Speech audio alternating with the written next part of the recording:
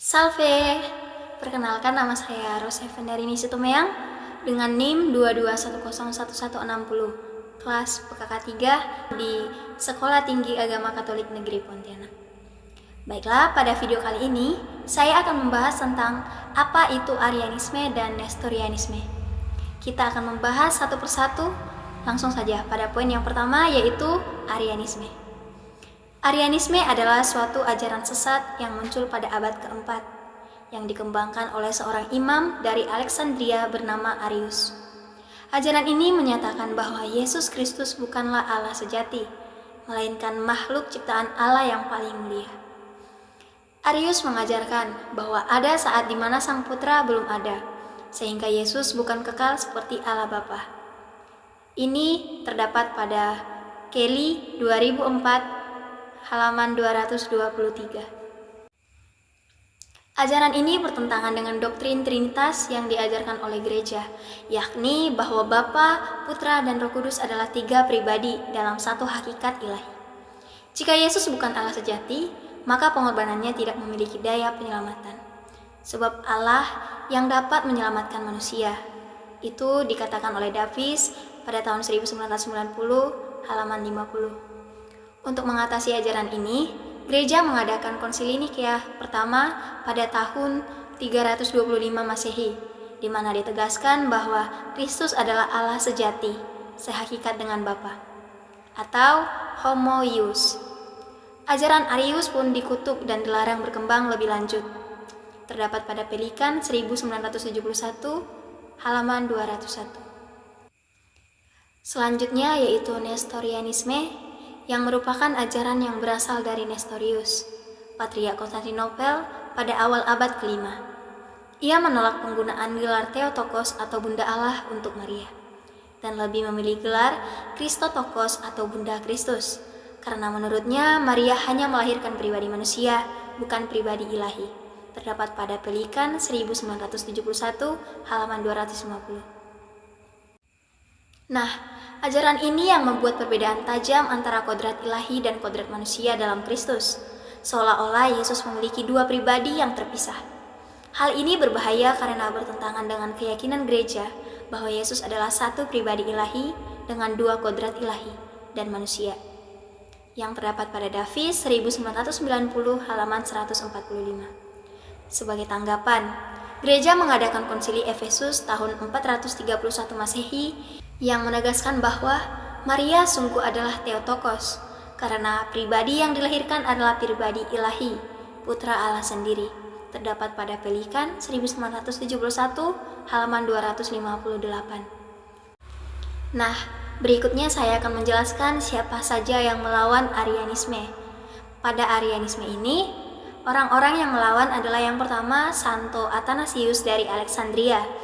Ia adalah tokoh utama dalam Konsili Nikea pertama dan menulis banyak karya untuk menentang Arianisme. Yang berikutnya adalah Santo Hilarius dari Poitiers. Ia menulis De Trinitate untuk menjelaskan kesatuan hakikat antara Bapa dan Putra, serta melawan ajaran sesat di Barat. Terdapat pada Kelly 2004 halaman 270. Dan yang ketiga yaitu 3 serangkai Kapadokia, yaitu Basil Agung, Gregorius dari Nazianzus, dan Gregorius dari Nisa, mengembangkan doktrin Trinitas dan menegaskan keilahian Roh Kudus serta Putra di wilayah timur. Terdapat pada Davis 1990 pada halaman 100 sampai 115.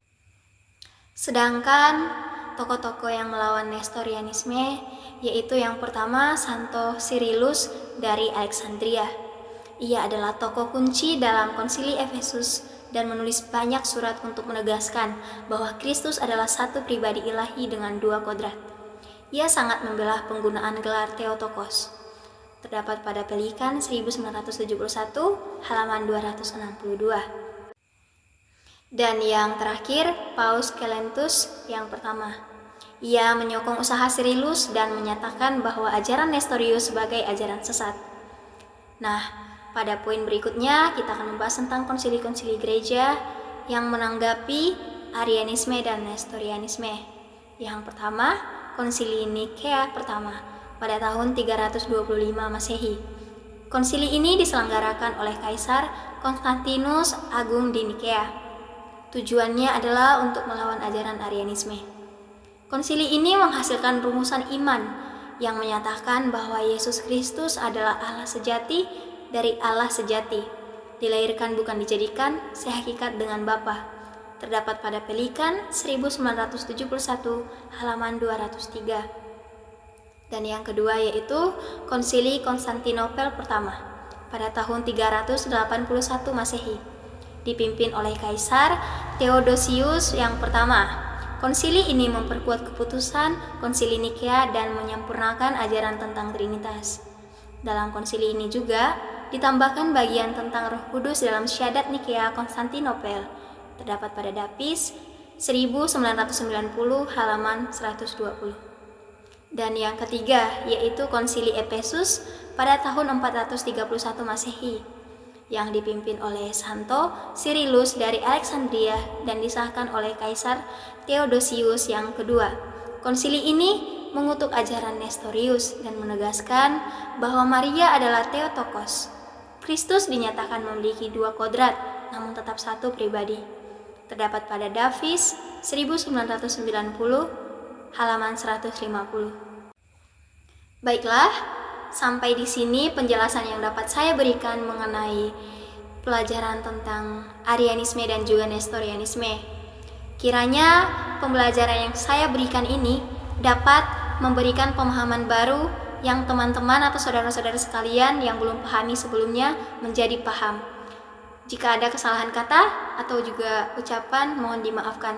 Salve!